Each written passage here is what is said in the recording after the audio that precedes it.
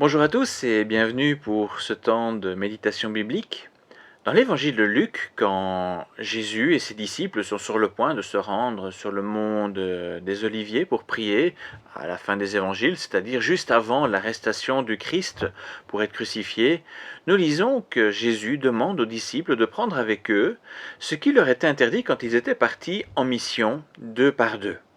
Alors qu'auparavant il leur avait dit de ne prendre ni bourse, ni sac, ni chaussures de réserve, cette fois Jésus leur demande de prendre une bourse, un sac, et de vendre leur manteau pour s'acheter une épée.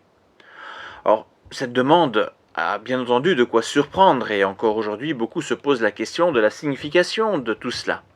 Est-ce à prendre au sens figuré pour l'avenir de l'Église, ou à comprendre au sens propre ? Jésus dit seulement qu'il faut cela pour que s'accomplisse ce qui est dit dans l'Écriture, à savoir qu'il sera compté parmi les criminels. Et puis, il permet finalement que les disciples emportent seulement 2 épées. Alors, sans rejeter l'idée d'un sens figuré à cette demande, j'aimais personnellement aussi l'hypothèse que c'est sans doute une façon pour Jésus de montrer qu'il n'est pas contraint par la force des soldats, qu'il a le moyen de se défendre s'il l'avait voulu, mais que c'est bel et bien intentionnellement qu'il donne sa vie à la place des pécheurs. Je ne m'attarde pas davantage sur ce point puisque c'est le récit qui suit qui m'intéresse davantage aujourd'hui. Lisons dès lors ce qui se passe dans la suite en raison de la présence des épées. Au jardin de Gethsémanée, sur le mont des Oliviers, des soldats arrivent pour arrêter Jésus, conduits par le traître Judas. Les disciples qui accompagnent Jésus sont surpris. Et voici ce que rapporte Luc, par ailleurs attesté dans les 3 autres évangiles. C'est Luc 22, les versets 49 à 51. Ceux qui entouraient Jésus, c'est-à-dire les disciples, virent ce qui allait arriver et lui demandèrent « Seigneur, devons-nous frapper avec nos épées ?» Et l'un d'eux frappa le serviteur du grand prêtre et lui coupa l'oreille droite. Mais Jésus dit « Laissez, cela suffit. » Il toucha l'oreille de cet homme et le guérit. L'évangile de Jean nous apprend que c'est en fait Pierre qui a pris l'épée pour couper l'oreille. Alors, outre le miracle accompli par Jésus dans des conditions plus que particulières, un détail surprend dans ces quelques lignes. Un détail qu'on ne voit pas tout de suite, tellement en fait nous sommes habitués à cette manière d'agir.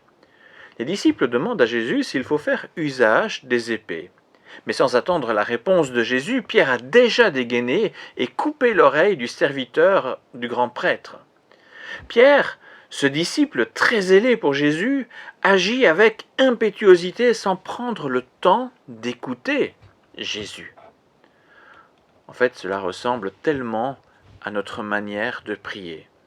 On demande à Dieu son avis, mais sans lui donner l'occasion de nous répondre, ni même de nous poser la question du bien fondé de nos intentions du moment. On agit avec impétuosité, avec les moyens à notre disposition. Et par la suite, on se demande pourquoi cela ne se passe pas correctement alors qu'on a préalablement prié le Seigneur. Prier Dieu pour nous guider, c'est une bonne chose. Vouloir agir avec zèle pour le Seigneur aussi. Mais cela ne doit pas nous faire oublier qu'il est encore mieux de prendre le temps d'écouter le Seigneur avant d'agir et d'être réellement disponible pour lui selon sa volonté et non pas conditionné par nos idées préconçues. C'est aussi cela, se soumettre au Seigneur et de ne pas lui prendre sa place de berger. Pour décrire l'attitude de Pierre, un auteur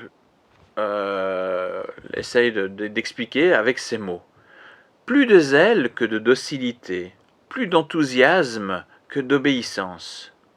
Pour être disciple du Seigneur, il ne faut pas manifester son amour que par son zèle et par son enthousiasme, mais il faut aussi, de notre part, de la tempérance, il faut aussi de la soumission.